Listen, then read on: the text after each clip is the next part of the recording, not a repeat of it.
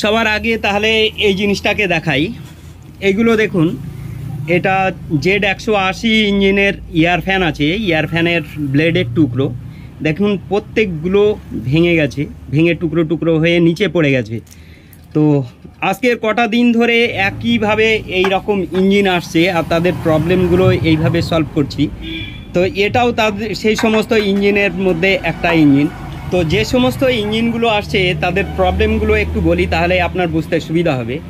দেখুন, প্রথমত ইঞ্জিন প্রচুর গরম হচ্ছে, 2 নম্বর একদম লোড নিচ্ছে না, আর 3 নম্বর কালো ধোঁয়া মারছে, আর 4 নম্বর ইঞ্জিন অটোমেটিক আপ ডাউন করছে, আর 5 নম্বর ইঞ্জিন হাই স্পিড হয়ে যাচ্ছে, আর তেল তো প্রচুর খাচ্ছে।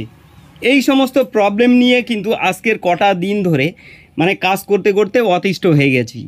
তো যে সমস্ত ইঞ্জিনগুলোর কাজ করেছি সেই ইঞ্জিনের এই প্রথম ইঞ্জিন এটা, তাই এটার কাজটাই আপনাদের দেখাচ্ছি। দেখুন এই ইঞ্জিনটার প্রবলেমগুলো কি, মানে প্রথমত স্টার্টিং প্রবলেম, এটা আগাগোড়া ছিল একটা প্রবলেম।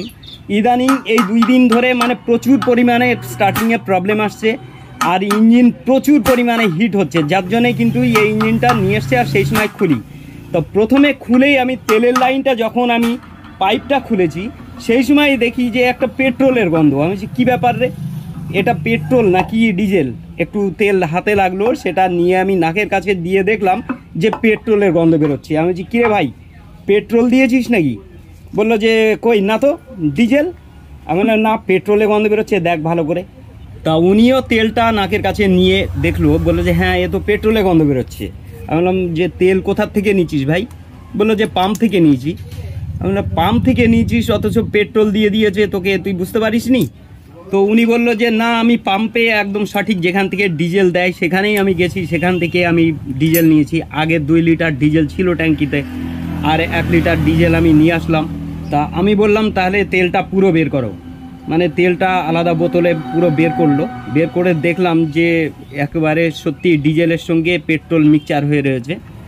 তা এই ইঞ্জিনে যে আগে যে প্রবলেম ছিল তা তো ছিলই, আর প্রবলেমটা আরও বেশি হয়েছে মানে এই তেলটা নেওয়ার পর থেকে। মানে অ্যাকচুয়ালি পাম্প থেকে পেট্রোলটা দিয়ে দিয়েছে, দেওয়ার পরেই এই সমস্যা গিয়ে দাঁড়িয়েছে। এটা আরও ক্লিয়ার হয়ে গেলাম যখন সেকেন্ড গাড়ি আসলো। তা সেকেন্ড গাড়ির যে প্রবলেম সেটা একটুখানি দেখুন, তারপরে আমি এটা নিয়ে আবার বলছি। এই যে এই গাড়িটায় ওই পেট্রোলই ভরেছে।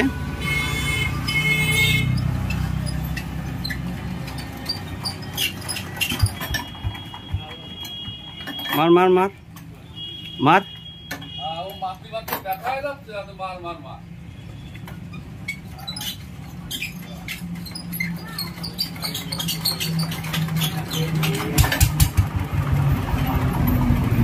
পিক আপটা বাড়িয়ে নে না, পিক আপটা বাড়িয়ে নে।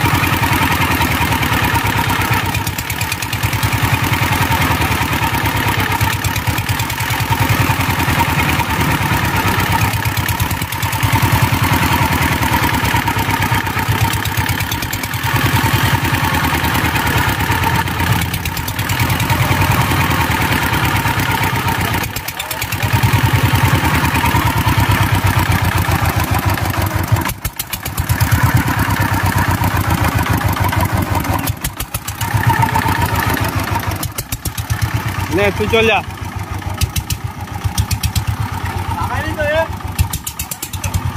যাবে ওই পেট্রোল পাম্প পালার গিয়ে বল যে এ কি দিয়েছো,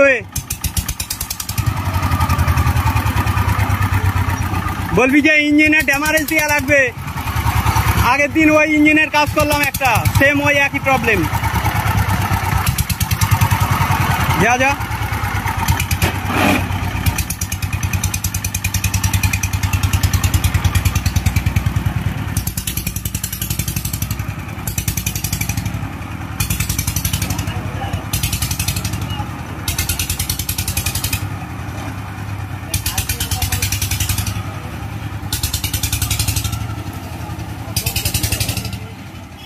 তো প্রবলেমটা তো দেখলেন, যে সমস্ত ইঞ্জিনে এই তেল ভরে চালিয়েছে তাদেরই এই সমস্ত সমস্যা গিয়ে দাঁড়িয়েছে।